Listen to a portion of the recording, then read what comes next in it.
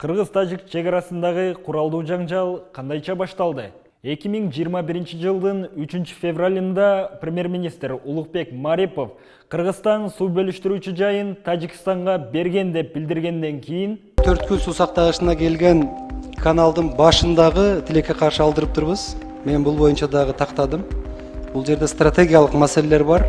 март айынын аягында Камчыбек Ташиев Варух анклавы менен болгон көйгөйдү чечүү үчүн төмөнкүлөрдү сунуш кылган. Чегараларды аныктоо жана Аксай айылын айланып өтүү же болбосо анклавды Баткен облусундагы башка жер тилкелерине алмаштыруу.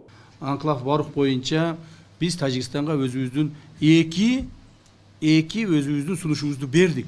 Биринчи сунушубуз ушул анклавды биз ченейбиз.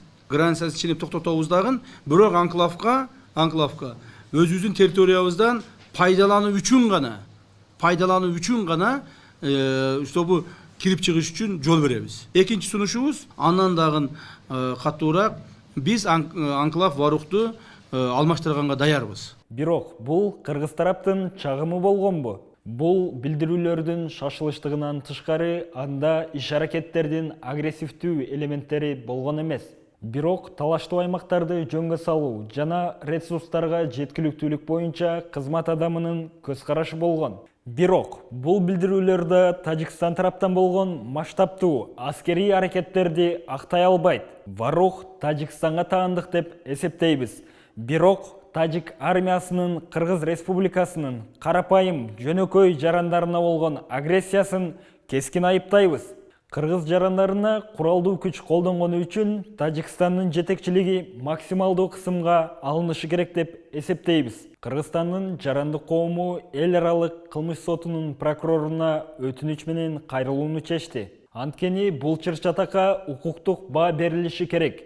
Эл аралык кылмыш сотунун прокурору тарабынан жүргүзүлгөн иликтөө кылмышкерлерди аныктап, кылмыш ишин козгоп, аларды жоопкерчиликке тартуу керек. Бул видеодо биз жарандык коомдун эл аралык кылмыш сотуна кайрылуусуна эмне түрткү болгонуна токтолобуз.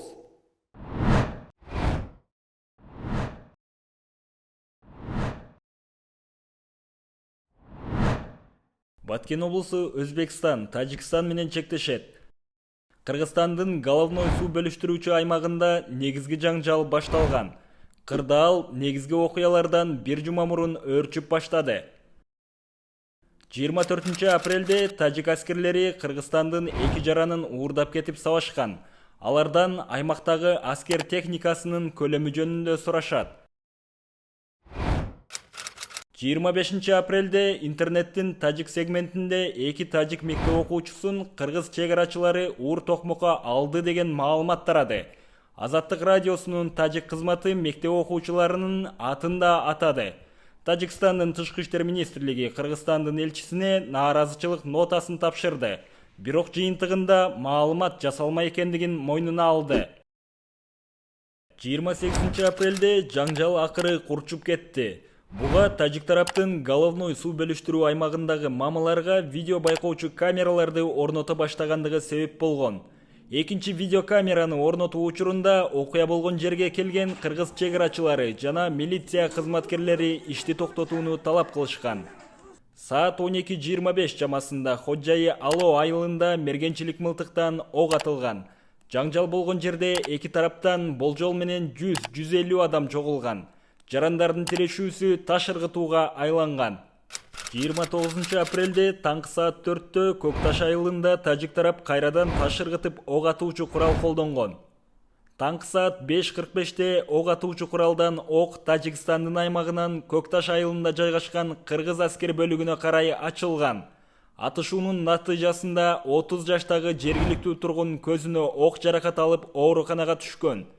Саат 11-ден баштап 3 айылдык аймакта Аксай, Ак Татыр жана Самаркандек аймактарында чукул кырдаал режими киргизилген.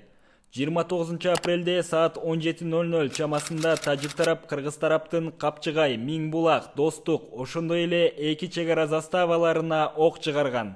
Андан кийин Тажикстан головной суу бөлүштүрүү жайына минометтор, пулеметтор жана автоматтар менен катуу аткылай баштады. Кыргыз тарапта мындай куралды колдонуу кийинчерээк пайда болгон. Согуштук аракеттер Кыргызстандын аймагында уланды. Тажик тарап бир нече айылдарда үйлөрдү, дүкөндөрдү, ресторандарды, мектептерди, чек ара постун өрттөп жиберишти. Тажикстан аскер техникасын жаңжал чыккан аймакка тарта баштады. Лейлек районунда атышуу башталды. Көкташ жана Самаркандек айылдарында тажик тараптын тик учактары дагы байкалды. Ал жерден 10 миңден ашуун адам эвакуацияланган. Кечки саат 9-да Кыргызстан менен Тажикстан ок атышпоо келишимине келишти. Кыргыз-Тажик чек арасындагы куралдуу жаңжал 30 апрелдеги жана 1 майдагы кырдаалды карап чыгуу. Макулдашуу келишимдерине карабастан күн ичинде Максат айылында алар үйлөрдү тоноп, өрттөй башташты. 30 апрелде Кыргызстан менен Тажикстандын өкүлдөрүнүн ортосунда 2 рет жолугушуу болуп өттү.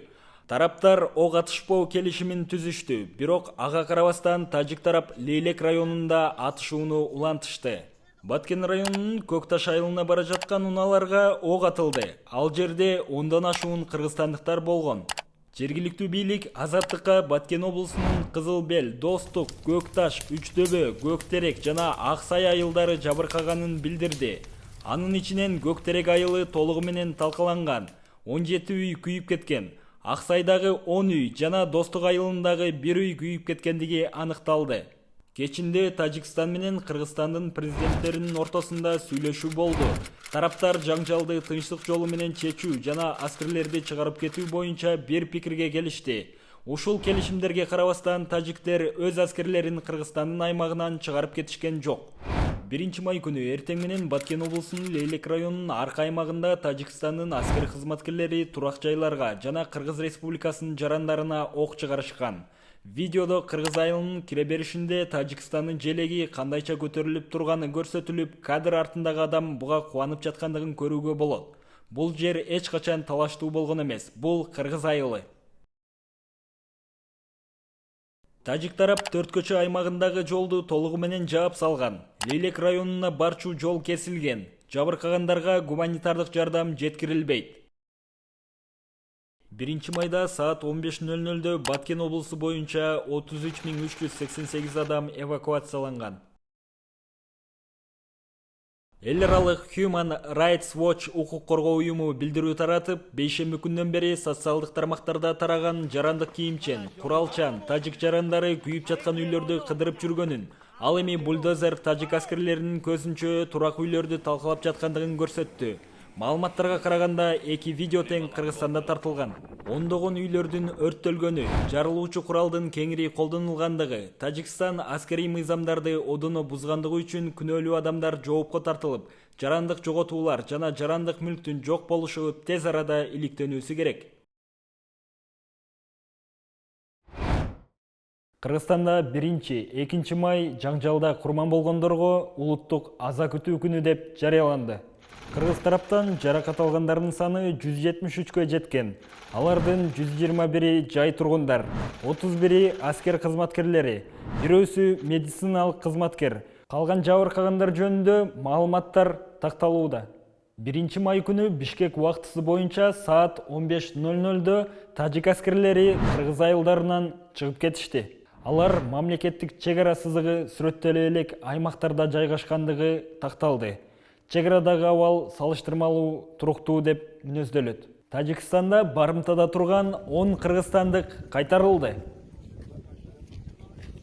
1 майда Кызыл Бел Гулистан өткөрүү пунктунда Кыргызстан менен Тажикстандын башчыларынын сүйлөшүүлөрүнүн жыйынтыгынын алкагында эки тараптын коргоо министрлеринин жумушчу жолугушуусу болуп өттү.